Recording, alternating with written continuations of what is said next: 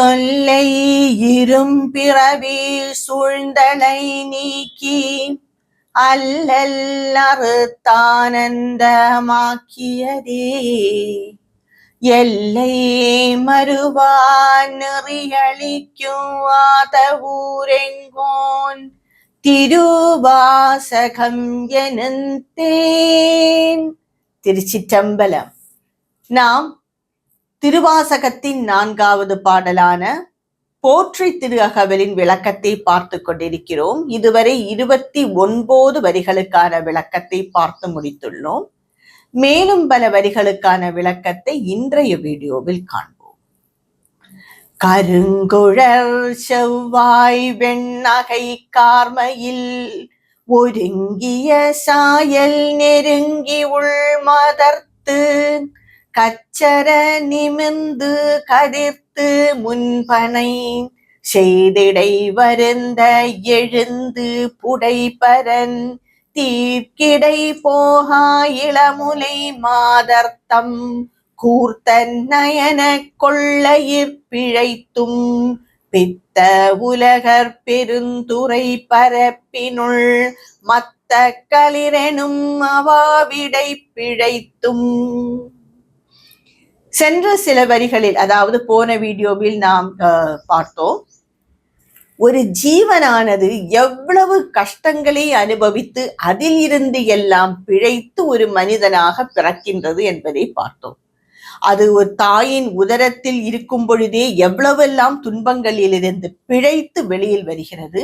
வந்த பிறகும் பலவாறான துன்பங்கள் ஆண்டுதோறும் அனுபவிக்கின்றது என்பதை நாம் பார்த்தோம். இதில் இருந்தெல்லாம் பிழைத்துதான் அது அந்த ஈசனை வணங்குகிறது.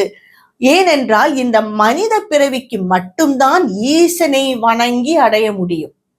மற்ற எல்லா ஜீவராசிகளுக்கும் அந்த ஒரு பாக்கியம் இல்லை. அதனால் மனித பிறவிக்கு என்றே ஒரு தனி சிறப்பு உண்டு. இவ்வாறாக பல கஷ்டங்களை அனுபவித்துதான் இந்த மனித பிறவி எடுத்தவனும் பகவானை சென்று அடைகிறான். அதனால் பல கஷ்டங்களை அந்த ஜீவன் அனுபவிக்கின்றது. இந்த சில வரிகளில், இன்று கூறும் சில வரிகளில், எவ்வாறான மாயையில் இருந்து பிழைத்து, அந்த பல வகையான மாயையில் அகப்படாமல் பிழைத்து அந்த ஈசனையே வணங்கி அந்த ஜீவன் ஈசனை அடைகிறது என்பதை பற்றி கூறுகிறார். பார்ப்போம். கருங்குழல் செவ்வாய் வெண்ணகை கார்மையில், கார்மயில் போன்ற அழகும், கருங்குழல் கருமையான கேசமும் கருமையான கூந்தலும், வெண்ணகை கார்மையில் அதாவது வெண்மையான பற்களும், செவ்வாய் வெண்ணகை கார்மையில் அதாவது சிவந்த உதடுகளும் வெண்மையான பற்களும் கருங்கூந்தலும் மயில் போன்ற அழகும் உடைய ஒருங்கிய சாயல் நெருங்கி உள்மதர்த்து கச்சர நிமிர்ந்து கதிர்த்து முன்பனை செய்திடை வருந்த எழுந்து புடை பரன் தீக்கிடை போகா இளமுலை மாதர்த்தம் கூர்த்தன் நயன கொள்ளையிற் பிழைத்தும். அழகான கூர்மையான நீண்ட கண்கள், மிக அழகாக நிமிர்ந்து நடக்கும் பெண்கள் என்பதே ஒரு மாயைதான். பெண்கள் மட்டும் இல்லை, ஆண்களும் ஒரு மாயைதான். ஆண்களுக்கு பெண்கள் ஒரு மாயை, பெண்களுக்கு ஆண்கள் ஒரு மாயை. இவ்வாறான அழகான பெண்களிடம் இருந்து மயங்காமல் பிழைத்து, இவ்வாறாக மாணிக்கவாசகர் கூறியிருக்கிறார். மயிலின் அழகும் கூரிய கண்களும் நிமிர்ந்து நடக்கும் அழகிய உடலமைப்பும் அழகிய நடை முதலிய உள்ள மாதர்கள் மேல் வசப்படாமல் அதில் இருந்து பிழைத்தும் பித்த உலகர் பெருந்துரை பரப்பினுள் மத்த களிரெனும் அவாவிடை பிழைத்தும். இது மட்டுமா, பூலோக வாழ்க்கையிலே மயங்கி உள்ளவர்கள் நிறைய பேர் உண்டு. அவர்களிடமெல்லாம் நாம் ஒரு தொடர்பு வைத்துக் கொண்டால் நம் வாழ்க்கையும் அவ்வாறே சென்றுவிடும்.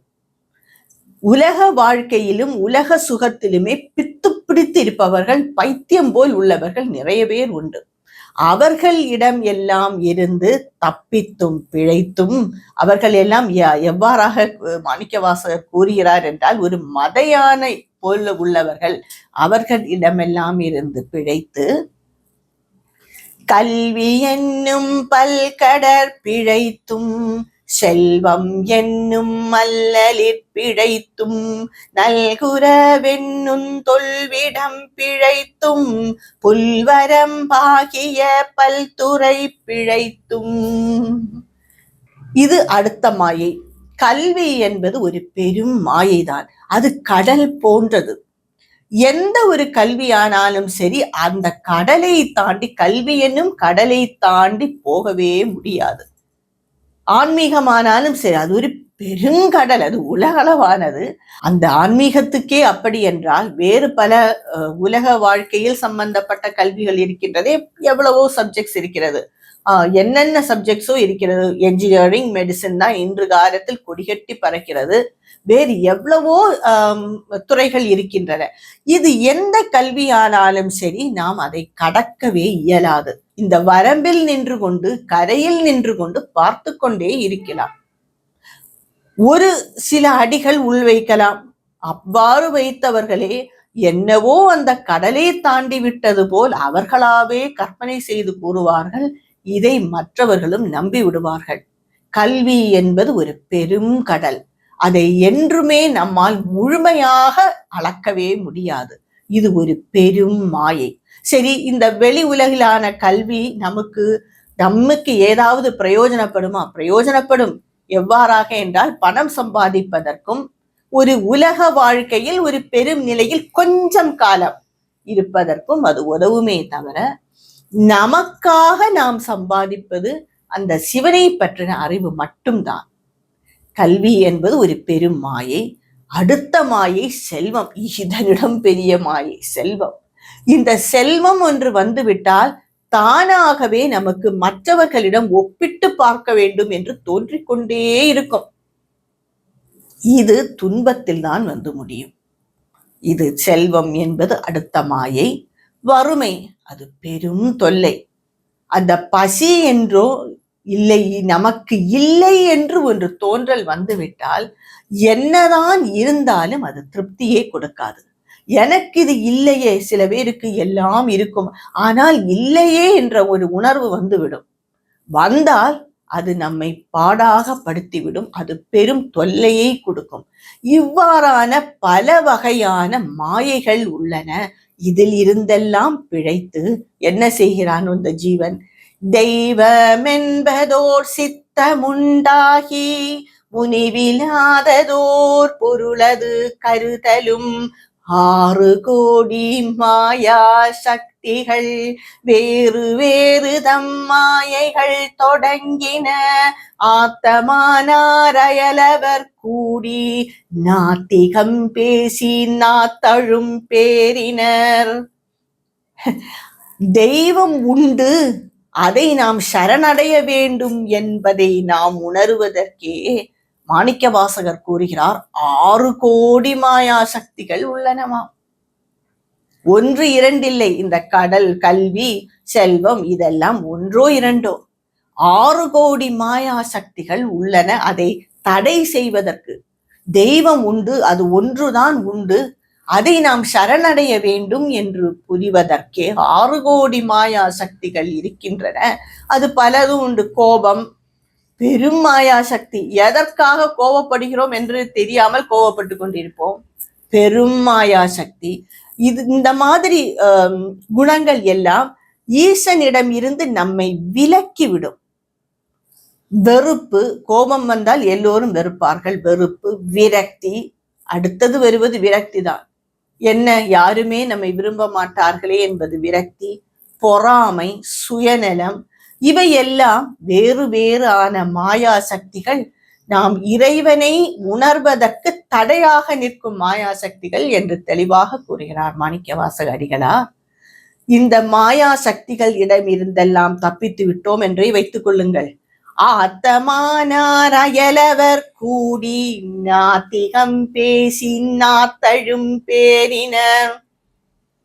உற்றார்கள், உறவினர்கள், அயல் வீட்டார்கள், எல்லோரும் நாத்திகம் பேசுவார்களாம். என்ன நீ சிவனையே கும்பிட்டு கொண்டிருக்கிறாய், இவ்வளவு நாளாக என்னதான் உனக்கு கிடைத்தது, இன்னும் ஏன் அதையே செய்து கொண்டிருக்கிறாய், உலக வாழ்க்கையில் ஈடுபடலாமே, உலக வாழ்க்கையில் ஈடுபட்டால் தானே பணம் கிடைக்கும், ஈசனை நம்பி இருந்தால் அவர் என்ன பணமா கொண்டு கொடுப்பார் என்றெல்லாம் பலவிதமாக தடை செய்வார்களாம். இது பெரும் தடை. அதாவது எவ்வாறாக தடை செய்வார்கள் என்றால், நாவில் தழும்பு ஏறும் வரை விதண்டாவாதம் புரிவார்கள். ஏன் ஈசனுக்கு என் கஷ்டம் தெரியாதா, ஏன் அவர் வரவில்லை, அந்த ஈசனையே நீ ஏன் வணங்கிக் கொண்டு இருக்கிறாய் என்று நாத்திகம் பேசி அந்த ஜீவனை, பக்தனை சிவனிடம் நெருங்க விடாமல் தடை செய்வார்கள். இவர்களிடம் எல்லாம் இருந்து பிழைத்தும் மேலும் பல வரிகளுக்கான விளக்கத்தை என்னுடைய அடுத்த வீடியோவில் காண்போம். திருச்சிற்றம்பலம்.